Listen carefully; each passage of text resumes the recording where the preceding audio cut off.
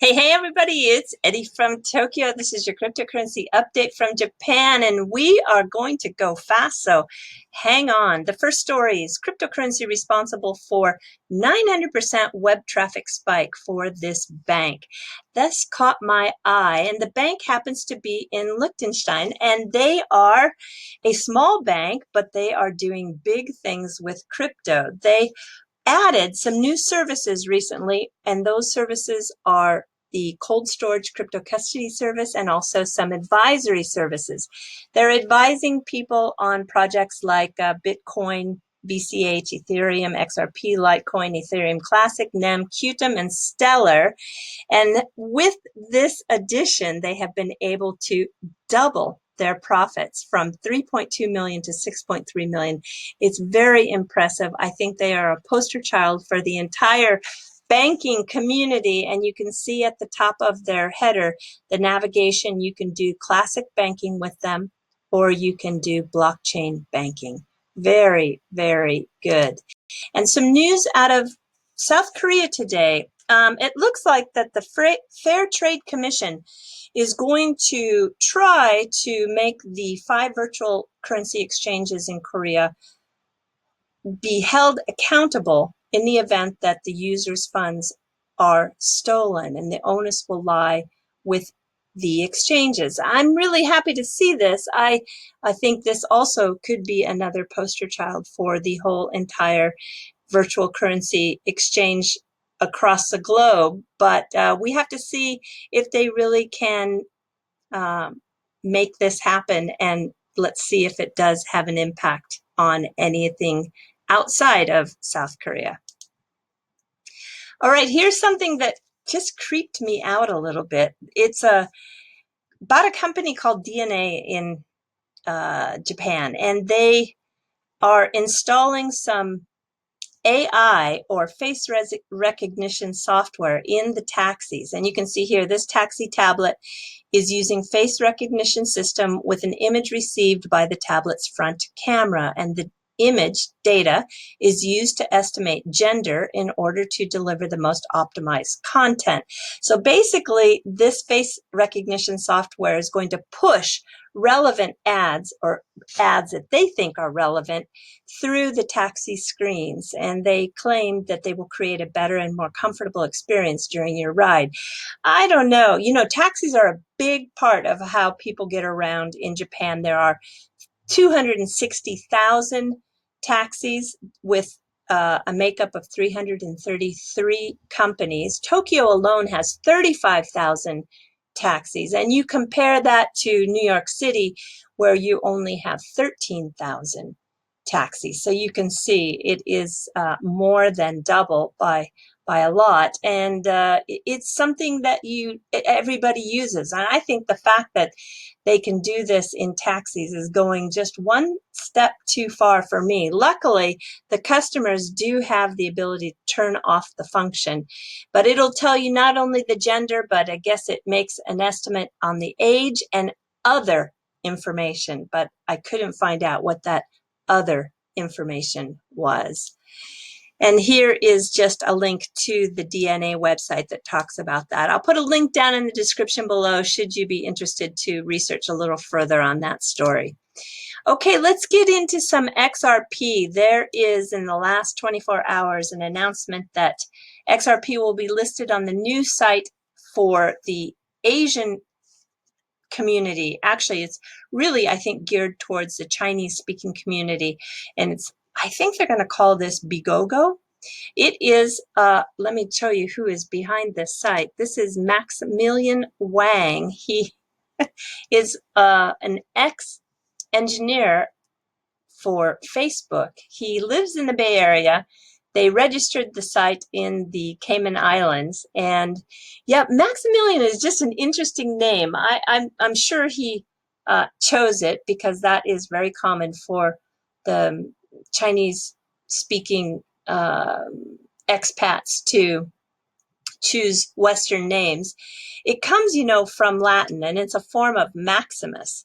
But the name was first born from the Saint Maximilian of Tebessa, a 3rd century saint. And yes, I'm sure he knows that in Latin it means the greatest, but the story that goes with it is kind of interesting. This saint, at the age of 21, was obliged to enlist in the Roman army, and in the year 295, he refused to do so. He lived in the northern Algeria, which at that time was called Tabessa, and he said he would not enlist, and therefore he was beheaded. So he was later given the saint title. And yeah, I wish you luck, Maximilian. I hope that your site is successful, and yeah, do take care of your customers well.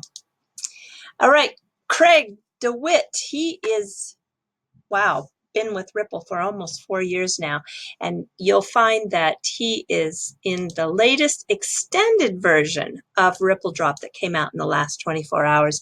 This is all about the Ripplenet software update. Just a minute and 36 seconds and you learn a lot. There's a bunch of new functionality. You can go live in days instead of weeks now. It has full visibility on the payment.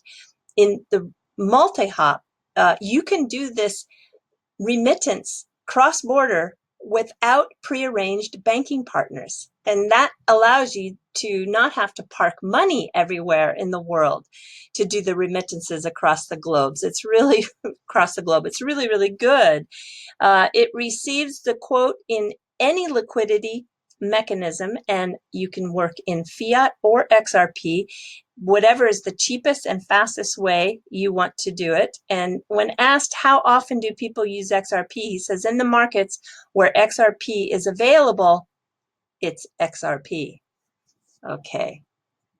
And if I keep going to more marketing coming out of Ripple, here we have another marketing ad. This is interesting. It talks about Joyce Guzman from the Philippines, and she works very hard. She has left her 2 daughters behind in her home country, and she works 8 a.m. to 8 p.m. in Dubai, and she has been struggling with sending money home. And of course, this is a marketing ad for people who want to relieve some of that pain point for customers who have the process on a regular basis to send money home.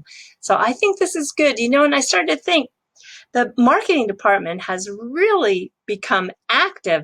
Who is up to that kind of work in Ripple? Well, in searching for that, I found that they just 5 days ago they've listed a senior marketing manager influencer job. This is really interesting. So Ripple's looking for a senior marketing manager to join the audience marketing team. You'll be in charge of building and executing a plan to educate and activate influential thought leaders within the blockchain and financial service industries. And as a strategic priority, you'll be responsible for leading one of the company's most visible programs in collaboration with key leaders across the organization. An ideal candidate has global experience building professional communities, executing education programs for senior executives, and activating a network of brand evangelists. This is interesting. Sounds like they're trying to start their own XRP army. Your experience will speak for itself. You have proven that you can understand a complex market, build trusted relationships, and curate a network of leaders in a fast-paced company. You've mastered how to proactively drive and participate in multiple work streams simultaneously in order to execute a robust program. In fact, you make this look easy. I just think this is funny. So it just keeps going on to say that you're going to build and activate a global network of Ripple evangelists who are influential in the space. And you'll own and manage initiatives to educate this group about Ripple's value proposition and timely market dynamics. You know, it sounds like to me, too, this is exactly what Bob Way was trying to do. But I don't know what happened to Bob. I'm really hopeful he'll be back in the limelight again, but maybe, I don't know. I know he had some health issues, and that's out there publicly. You can read that on the XRP chat. But maybe maybe from Bob starting to do some of this work, which is, I think, is what he was doing, actually. He's the ex-employee of Ripple, one of the very first employees that were on the team. I think he was like, I'm not sure if I remember right, like employee number 7. But, he just kind of faded into the background, and now they've got this new position. It makes me think that Ripple saw the response. Maybe Bob Way was just testing the waters, maybe to see if there would be a response to his. I'm just, of course, I am just thinking now as the video is rolling, but yeah, it's just all kind of mysterious that Bob just kind of disappeared, and now we have this very public advertisement coming out looking for a person who can do that kind of team building and education. Anyway, yeah, so I'll put a link to this in the description below. I don't know what to think. I'm just digesting it. I found it about an hour ago. Okay, this is just a little interesting too. In Korea, there is a gentleman who founded a payment company called Moin. I think Moin is how he says it. He was able to obtain that remittance license from the Financial Supervisory Service. And Korea has gone through some recent revisions in their foreign exchange transaction.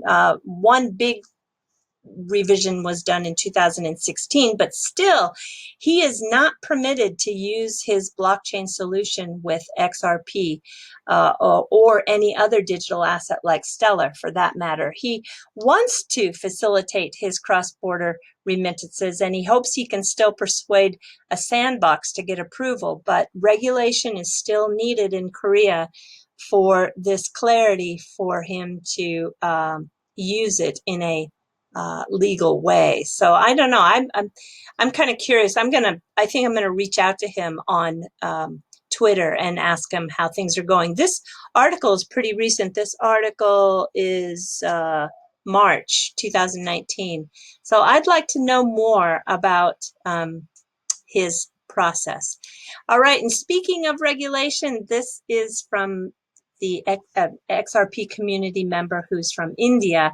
If you're from India, this is something you might want to know about. I'll add this link, but it is a change.org petition, and they're really doing not bad. They've got 1,988 signatures already, and the goal is to get to 2,500. It has a wonderful description of what is happening in India. I mean, better than any news coverage I have ever seen. So if this is of interest to you, please have a look. It is, like I said, it's probably the best recap and update of what's going on in India with blockchain and crypto assets that I've ever seen. And when it comes to the United States, boy, oh boy, this is the Huddle Report, and there is nobody who's doing more grassroots work right now in getting the ear of the Congress to change that regulation environment for crypto assets.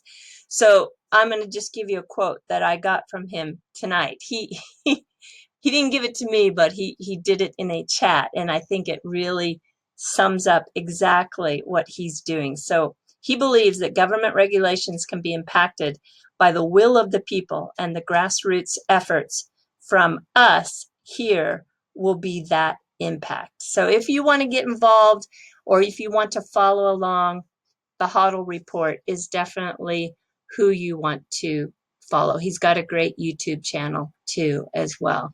All right, everybody, I am jumping to the fluff.